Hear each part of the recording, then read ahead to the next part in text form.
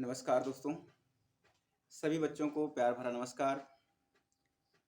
I hope सभी बच्चे अपनी पढ़ाई में व्यस्त। तो जैसा कि एजुकेशन में यानी कि क्लास 12th और 11th को लेकर के हम लोग बात कर रहे थे।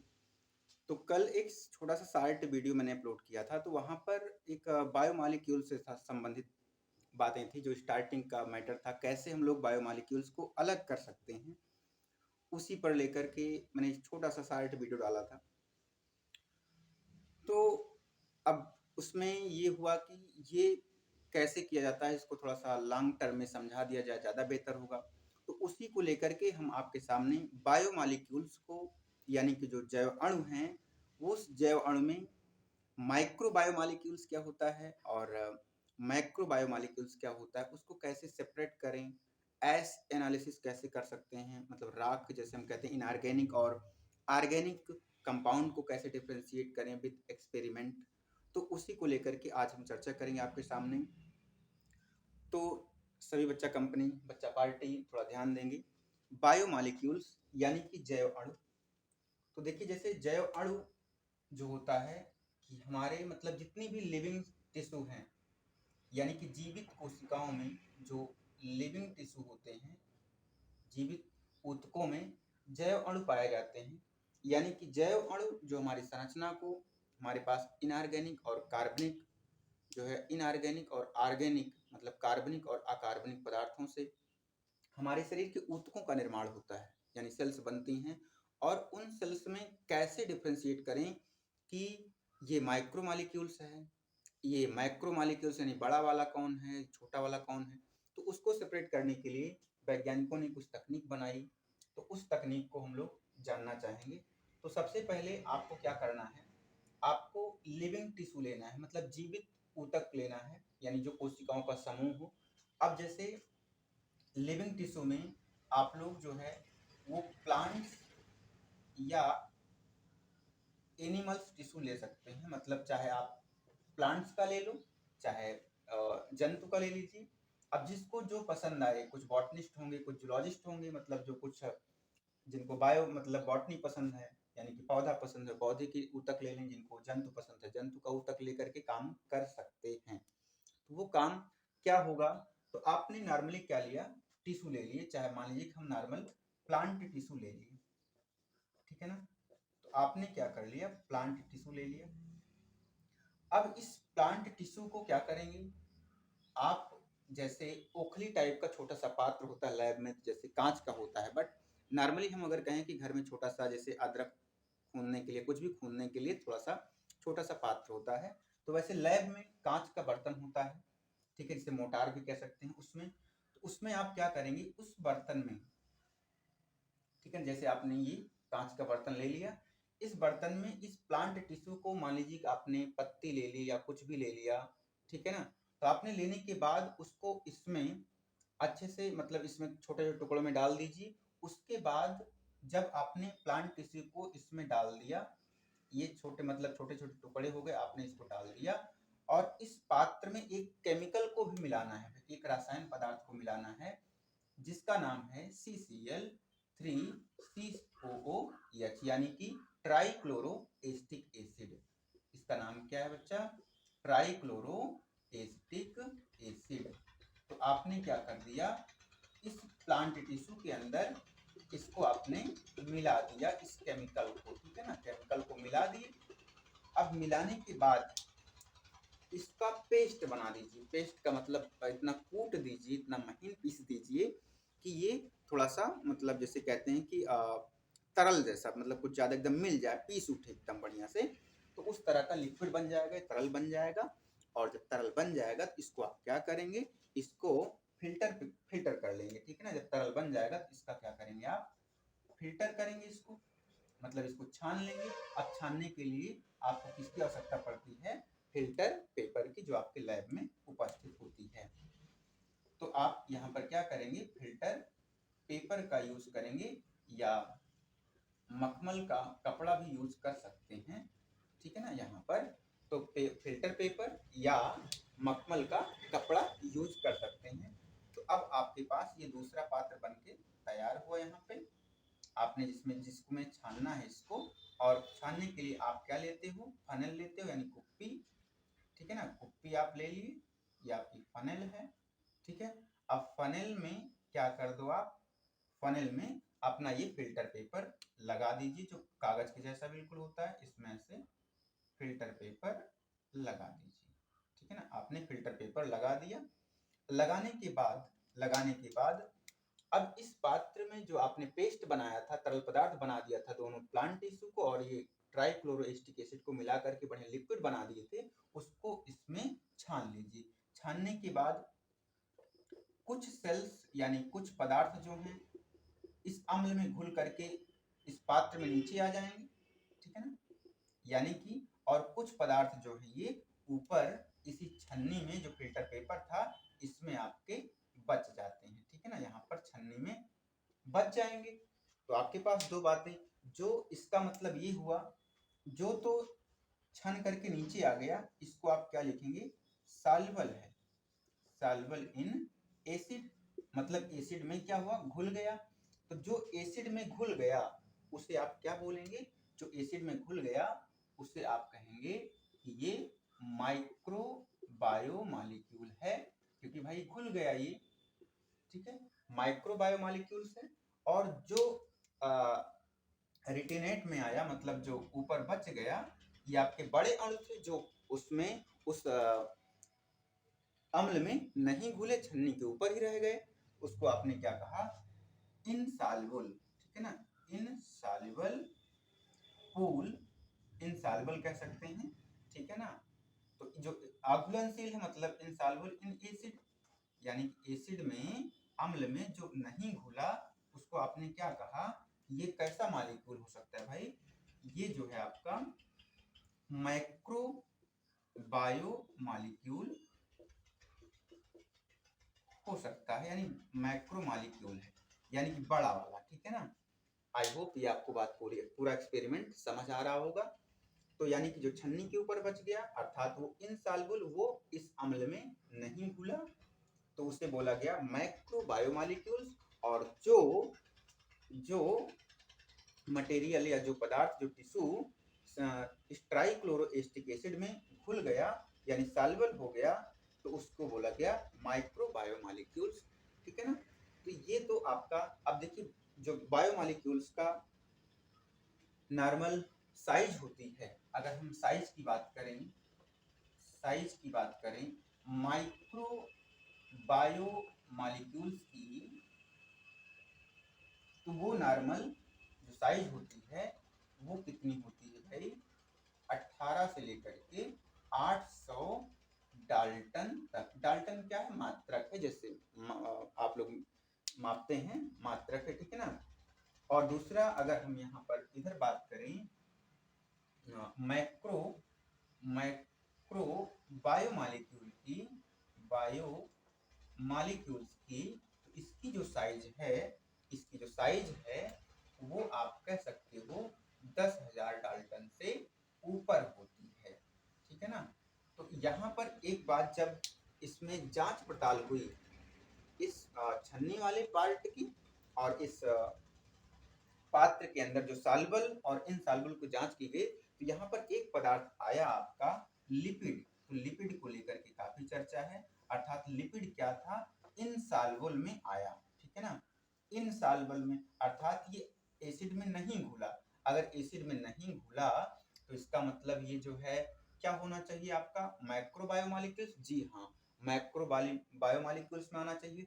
लेकिन यहीं पर लिपिड के साथ एक और इम्पॉर्टेंट फैक्ट है कि लिपिड की जो साइज होती है, जो इसकी साइज है वो क्या है, इतने डाल्टन के अंदर होती है, मतलब इसकी साइज जो है वो 18 से 800 डाल्टन के बीच होती है। अगर 1800 से 800 डाल्टन के बीच होती है तो इसका मतलब ये माइक्रो की साइज अपना रहा है, माइक्रो की साइज है। लेकिन अगर ये इसमें मिल रहा है यानी इनसॉल्युबल है, तो इसका मतलब ये माइक्रो बायोमॉलिक्यूल्स है।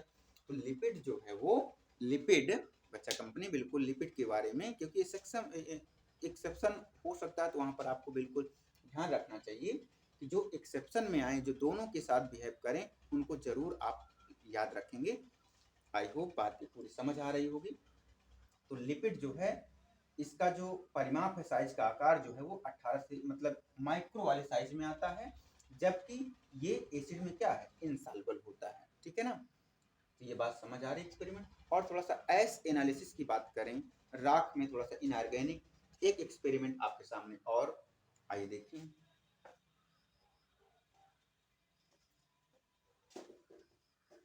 तो बायोमॉलिक्यूल्स में,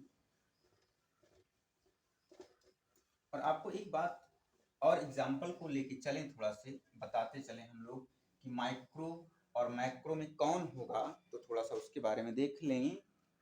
जैसे हम लोग यहाँ पर बात करेंगे माइक्रो बायो मॉलिक्यूल्स को लेकर के, आप समझ पा रहे होंगे। जैसे इसमें हम लोग लिख सकते हैं शुगर हो सकता है, शुगर्स हो सकते हैं, न्यूक्लियोटाइड्स हो सकता है, और क्या हो सकता है भाई, अमीनो एसिड हो सकता है।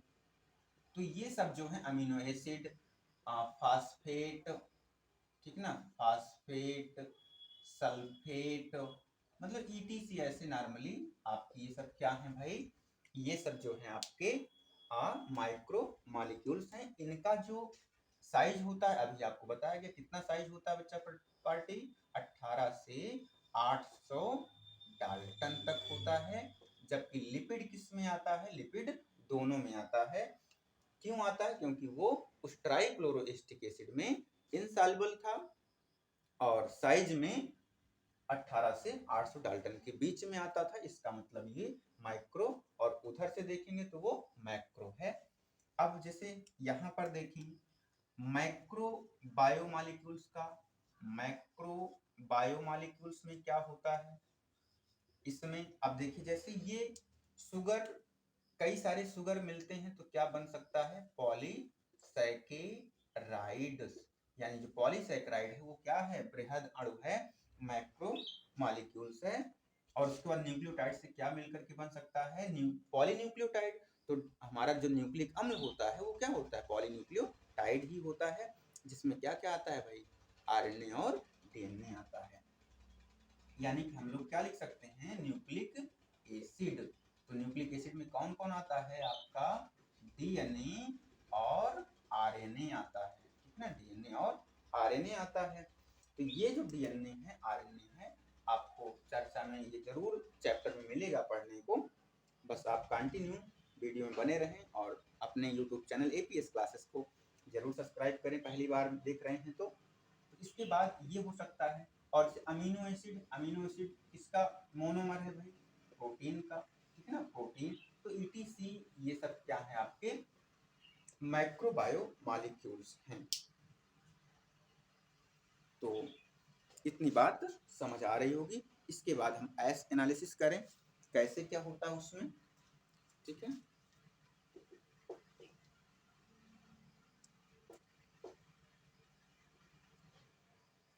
तो एस एनालिसिस में क्या करना है आपको, सीधा मतलब है जैसे राख का परीक्षण कैसे करेंगे उसमें एस एनालिसिस में। तो एस एनालिसिस की बात आती है तो यहाँ पर क्या करना है, मतलब जैसे हम इसमें नॉर्मली ये कह सकते हैं ऑर्गेनिक और इनऑर्गेनिक में क्या करें, डिफरेंस करें, कैसे पहचानें। सीधा हमारा ये मतलब है ऑर्गेनिक और इनऑर्गेनिक का डिफरेंस। तो ऑर्गेनिक और इनऑर्गेनिक का जो डिफरेंस होगा, तो इसमें भी आपको क्या यूज करना है, एनिमल या प्लांट टिश्यू। तो आप हम सीधे बोलेंगे कि आप क्या लेंगे, लिविंग टिश्यू लेंगे। अब लिविंग टिश्यू की बात आती है तो एक क्वेश्चन आपके लिए बना देते हैं कि हमारे शरीर में, यानी कि जीवित जीवों के शरीर में जीवित पार्ट, कोशिका का जीवित पार्ट कौन सा होता है। आप कमेंट में जरूर इसे बताएंगे, जीवित पार्ट कौन सा है कोशिका का, लिविंग पार्ट बताना है आपको। सेल का लिविंग पोर्शन क्या होता है, और उस उसे बताने वाले का नाम भी बता दीजिएगा, यानी साइंटिस्ट कौन थे। तो ये ज़्यादा बेहतर होगा, आपके जो बायो की नॉलेज है वो समझ आएगी कि आप कितना पढ़ रहे हो। ठीक है बच्चा, आइए। तो यहाँ पर लिविंग टिश्यू जब आपने ले लिया, लिविंग टिश्यू यानी जीवित ऊतकों का यानी कोशिकाओं का समूह ऊतक, तो लेने के बाद आप क्या करोगे, आप जो है इसका लिविंग टिश्यू है, जिस समय आपने उस टिश्यू को लिया उस समय का वेट, उस समय का वेट यानी उस समय उसका भार जो है उसको आप माप लीजिए। ठीक है, माप लीजिए और मापने के बाद आप क्या करेंगे, इसका फिर ड्राई वेट निकाल लेना है। अब ड्राई वेट का मतलब शुष्क भार होता है। अब शुष्क भार का क्या मतलब है, जो शुष्क भार है, शुष्क भार का मतलब ये हुआ कि उसमें वो पत्ती, अगर मान लीजिए आपने पत्ती लिया है या कोई प्लांट सेल से लिए हो, फल फूल या कुछ भी लिए हो, तो वो सूख जाए। अब सूखेगा तो इसका मतलब उसका जो वाटर है, वाटर वेपर मतलब जल जो है या कुछ ऐसे पदार्थ जो हैं वो वाष्प के रूप में इवेपोरेट हो जाएंगे, वाष्पन के रूप में बाहर निकल जाएंगे। तो इसका मतलब वो शुष्क भार हो गया। जब उसका पानी निकल गया तो जो बचा वो शुष्क भार कहा जाता है। ठीक है ना। तो ड्राई वेट, जो आपका ड्राई वेट हो गया उस लीफ का, उस पदार्थ का, तो मान लीजिए आपकी ये जो आपने लिया था ये आपका टिश्यू हो गया, मतलब शुष्क भार, जो शुष्क भार का टिश्यू है। अब इस टिश्यू को क्या करोगे, इस टिश्यू में क्या कर दो, इस टिश्यू में बर्नर के साथ या किसी के साथ लैब में काम करोगे तो भाई बर्नर से इसको क्या करेंगे, जला देंगे किसी पात्र में। ठीक है ना। यानी कि आप क्या करो, बर्नर की सहायता से इस ड्राई वेट वाले टिश्यू को, ये ड्राई वेट का टिश्यू है, ठीक है ना, ड्राई वेट टिश्यू जो आपने इसका पानी जब निकल गया तब का टिश्यू है, इसको बर्नर की सहायता से आपने क्या कर दिया, जला दिया।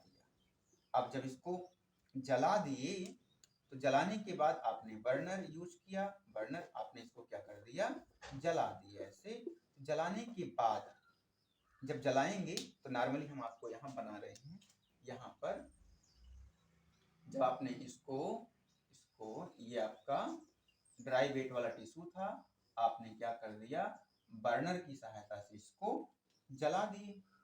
क्या कर दिए भाई, जला दिए, इसको आग लगा दी आपने, इसमें आग, ठीक है ना, आग लगा दिए। अब जला दिए तो अब इसमें से कुछ यानी जो कुछ बचा रहा होगा, जैसे हम अगर कहें कार्बन डाइऑक्साइड, CO2, H2O, ये सब क्या हुआ, ये भाप के रूप में ऐसे बाहर निकल गए। तो जो निकल गया इसका मतलब वो कौन सा पदार्थ था भाई, निकल गया जो, वो कौन सा पदार्थ था, वो ऑर्गेनिक कंपाउंड थे, यानी ऑर्गेनिक थे। और अब जलाने के बाद कुछ ना कुछ तो बच जाता होगा ना, शेष और शेष, तो वो क्या बचता है, जो बच गया जलाने के बाद, वो क्या रही आपकी, राख, यानी ऐश थी वो। तो जो बच गया यानी क्या थी, राख। तो राख जो बच गई उसे आपने क्या कहा, ये क्या है, इनऑर्गेनिक है। ठीक है ना, इनऑर्गेनिक कंपाउंड। तो आई होप ये आपको वीडियो पसंद आई होगी।